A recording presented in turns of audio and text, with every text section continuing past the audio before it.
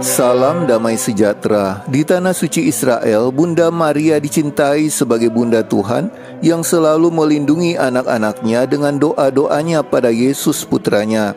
Kecintaan itu diwujudkan dengan prosesi Maria dari kota Haifa ke Gunung Karmel. Prosesi Maria tradisional di Haifa, Israel ini dikenal sebagai Talaat al-Adra atau pendakian perawan.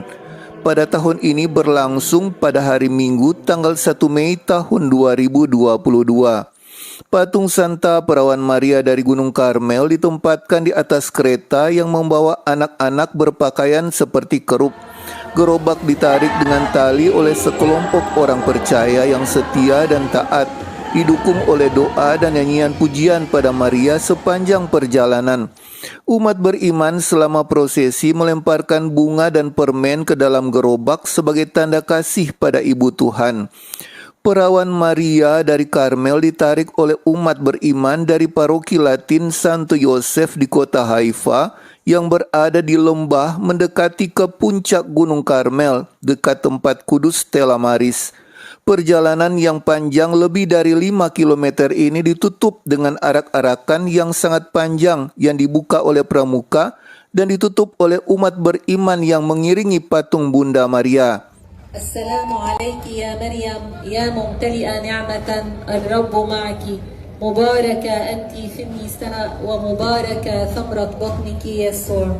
Ya Qaddisa Maryam ya walidat Allah salli li ajlina nahnu al-khata' al-an wa fi sa'at mautina.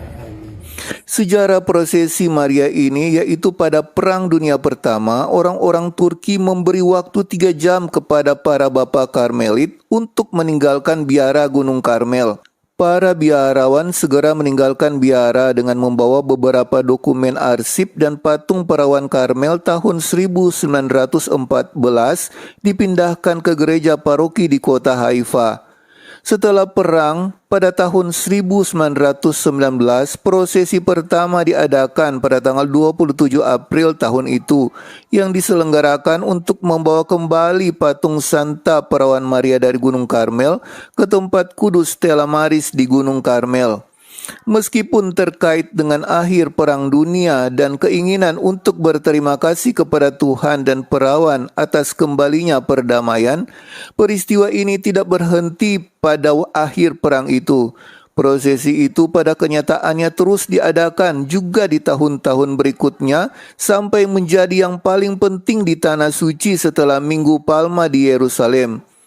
Sekalipun dipimpin oleh Gereja Katolik Ritus Latin, tapi prosesi ini diikuti oleh umat Kristen dalam berbagai ritus, bahkan banyak orang Yahudi dan Muslim juga ikut berkumpul dalam prosesi tersebut.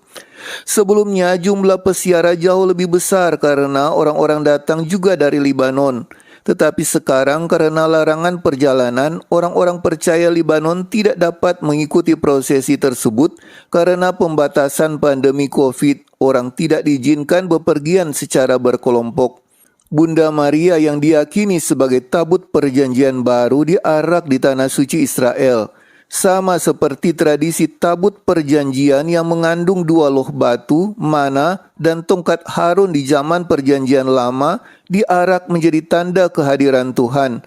Demikian juga tabut perjanjian baru yang mengandung bukan hanya 2 loh batu tapi sang sabda, bukan hanya mengandung mana tapi sang roti kehidupan, dan bukan hanya mengandung tongkat Harun tapi mengandung Yesus Imam Agung yang abadi.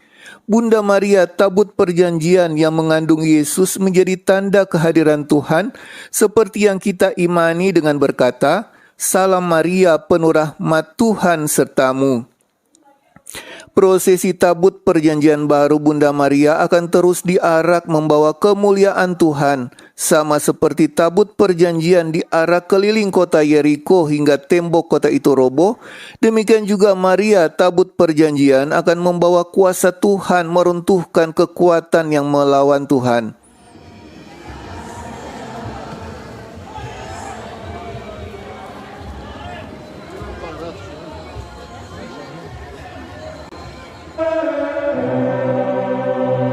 Bagi saudara yang merasa terberkati dengan video ini, silakan bagikan kepada yang lainnya. Yang ingin berkomentar, dipersilahkan di kolom komentar. Yang belum subscribe channel ini, di subscribe ya. Yang ingin memperoleh pemberitahuan video terbaru kami, hidupkan lonceng. Yang belum menonton video kami yang lainnya, bisa dicari bagian playlist atau di bagian video dari channel ini. Terima kasih, Tuhan Yesus memberkati.